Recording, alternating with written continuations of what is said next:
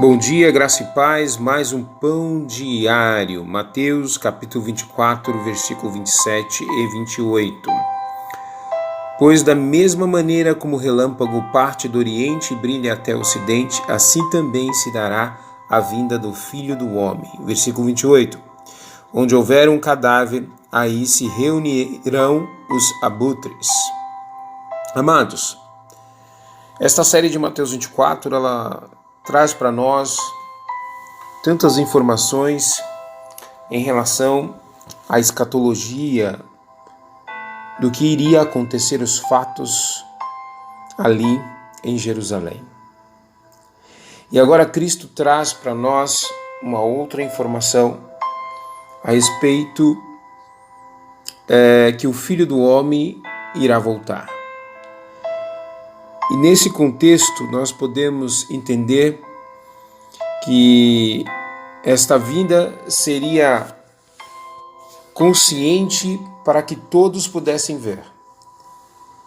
Quando ele cita, então, dizendo que da mesma maneira que um relâmpago que está lá no Oriente, iniciou lá no Oriente e ele vai brilhar aqui no Ocidente, assim se dará a vida do Filho do Homem, é o exemplo do que Cristo veio ao mundo.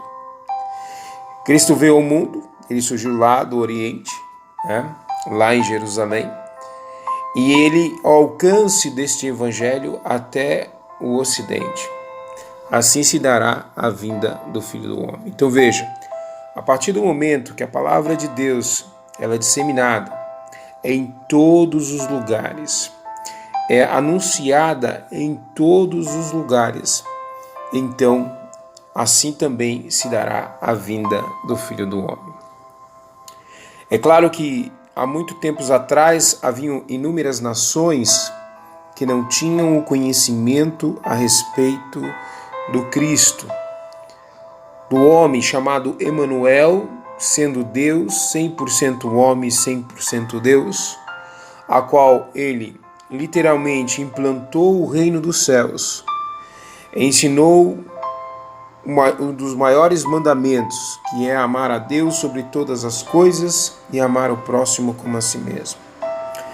Diante disso, então, Jesus deixa bem claro que o seu retorno, ele não será um retorno secreto, mas sim que todos terão a ciência de quando isso acontecer. Então, assim como Cristo veio para implantar o reino dos céus e foi anunciado o evangelho de Cristo a toda a criatura, seja lá em Jerusalém, Samaria, até os confins da terra, literalmente, então, nós podemos ver que então se dará a vinda do Filho do Homem.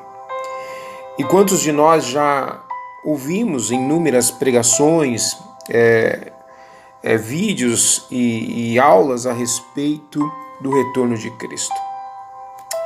Então essa característica mostra para nós que realmente vamos ver e vamos participar da vinda de Cristo.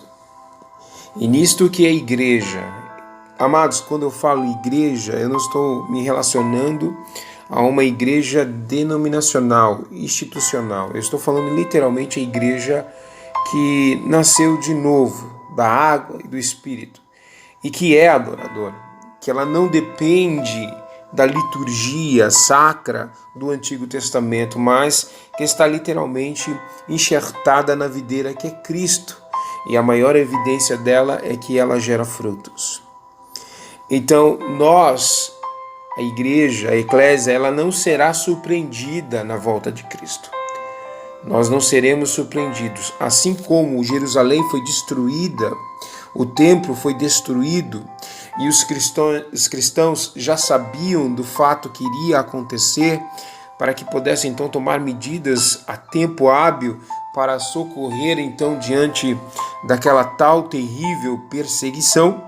Assim Mateus agora está alertando de uma forma abrangente, difusa, para que nós possamos entender que Cristo irá voltar. E como é que nós podemos entender isso? É quando então o evangelho que saiu da Ásia Menor, pregado pelo apóstolo Paulo, e ele chega até nós. Então muitas nações que ainda haviam restrição, restrições a respeito do Evangelho e que até mesmo ainda existe restrições, o Evangelho adentrou a esses países e literalmente pessoas têm conhecido a Cristo Jesus. O outro versículo ele nos chama a atenção e ele diz: onde houver um cadáver, aí se reunirão os abutres. Temos aqui uma outra tradução, num outro livro citado em Lucas capítulo 17, 37, nós conseguiremos dar uma olhada nesse contexto com mais informação. E ele diz assim, Lucas capítulo 17, versículo 37, diante disso lhe indagaram, onde será tudo isso, Senhor? E advertiu-lhes o Senhor, onde houver um cadáver, ali se ajuntarão os abutres. Amados, a gente precisa entender que o retorno de Cristo para a igreja é a expectativa que todo cristão deve ter em seu coração, assentado no seu coração, de retornar a ter o reencontro com Cristo. Mas aqueles que literalmente vivem uma vida alienada do reino dos céus, sem participar da vontade de Deus, em razão das características deste mundo que jaz no maligno, essas pessoas irão estar cientes, assim como se ajunta os abutres para comer a carne podre, assim também vão se ajuntar quando acontecer a vinda do Senhor. Então, ficará evidenciado, provado que o pecado é realmente o que destruirá todo o mundo. Por isso é importante a igreja do Senhor não estar alienada, marginalizada, mas literalmente focada na palavra de Deus e na vontade de Deus. Amados, a vinda do Senhor Jesus Cristo, ela é clara, ela vai acontecer. E há dois tipos de pessoas que vão participar. Aqueles que serão retirados da terra para viver a bolda do Cordeiro, e há aqueles que vão ficar aqui e testemunhar que Cristo voltou e levou a sua igreja. Que nós possamos, oxalá, quiser a Deus, que nós possamos estar naqueles que vão ser literalmente chamados, levados com Ele. E isso são N fatores, N promessas, a escatologia tem toda a sua explicação dentro do contexto bíblico, falando que carne não entra no céu, mas o nosso corpo corruptível, que é esse corpo de pecado, ele será transformado em um corpo de glória. E aqueles que mesmo morreram, literalmente morreram, mas morreram na esperança de ressuscitar, eles serão ressuscitados primeiro. Lembrando que os fatos que irão ocorrer na volta de Cristo será o soar das trombetas. A igreja literalmente não será pega de surpresa, porque ela vai ouvir o tocar da trombeta. Ao tocar a trombeta, os túmulos serão abertos e os mortos que estavam em Cristo Jesus irão ser ressuscitados. E junto com aqueles que estamos vivos, seremos também transformados em um corpo de glória. E o Senhor Jesus Cristo nos levará para com Ele, para habitar para a eternidade na sua presença. Glória a Deus por isso. Espero que você tenha essa expectativa. Porém, aqueles que, na verdade, negaram o nome de Cristo, relutaram, na verdade, contra Deus, esses, na verdade, estarão, então, se ajuntando, vendo, evidenciando aquilo que tanto foi pregado, que o pecado, ele gera a morte. E aonde há morte, há os abutres que ficam em cima. Isso será bem evidenciado. As pessoas terão um grau de consciência muito forte a respeito disso, dizendo, realmente aconteceu. E agora? O que será de nós? Com isso, amados, não quero colocar medo, nem temor em seus corações, porque o cristão ele não deve ter medo, mas ele deve descansar em Cristo. Porém, aqueles que, na verdade, estão literalmente alienados à vontade de Deus e à palavra de Deus, e foram pegos de surpresa, será dias de desespero, serão dias de tristeza, será dia de planto, de choro, ranger de dentes, porque Cristo levou a noiva do Cordeiro. Tá bom? Que Deus possa te abençoar nesta série, que Deus possa estar falando ao seu coração. Com certeza o Espírito Santo vai corroborar para que você seja edificado e que venha se aproximar mais de Cristo. Com certeza, se você está ouvindo e está acompanhando, tenho certeza absoluta que Deus está te chamando, Deus está te preparando para os dias que irão vir. Glória a Deus por isso. Maranata, ora vem, Senhor Jesus. Vamos orar e agradecer a Deus? Pai querido, Pai eterno, nós somos gratos por esta palavra.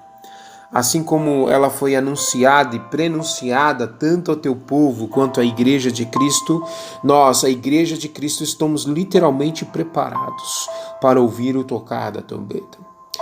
Sabemos e temos a consciência que a nossa obra ela não pode modificar a vontade de Deus, porque nós somos lavados e remidos no sangue do Cordeiro.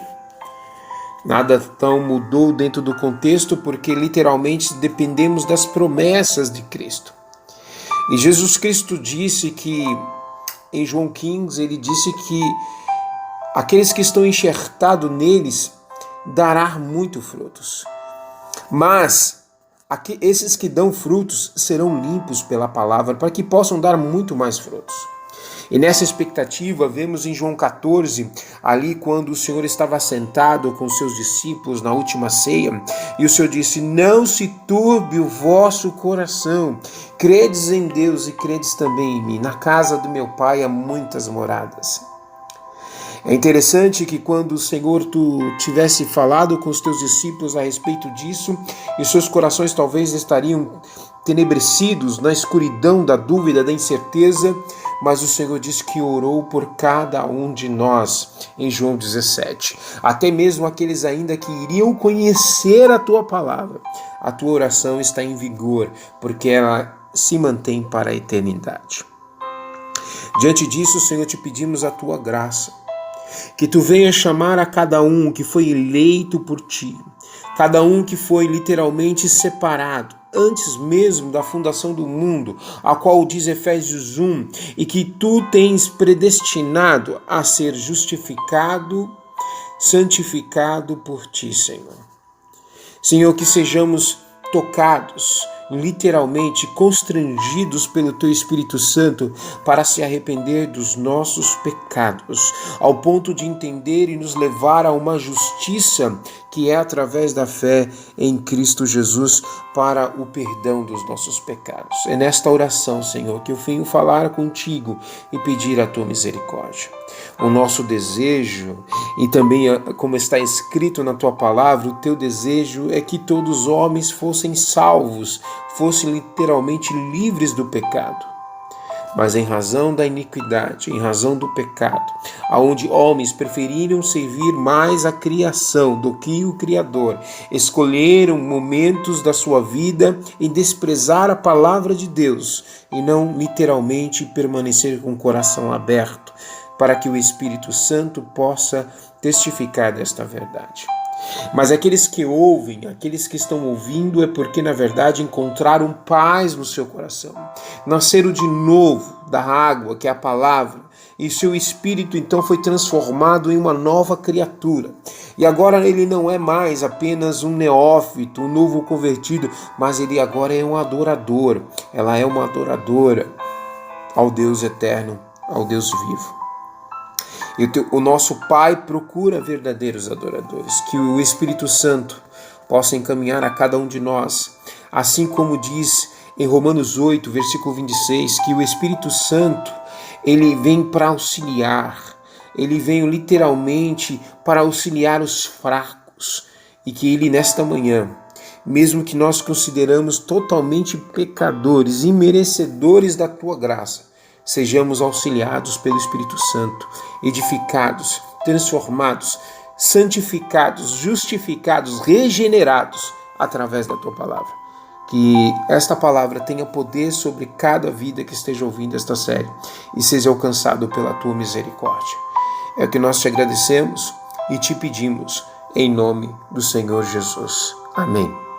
Que a graça de Deus, as doces consolações do Espírito Santo e o nosso amor do nosso Cristo Jesus possa literalmente te confortar e te consolar neste dia.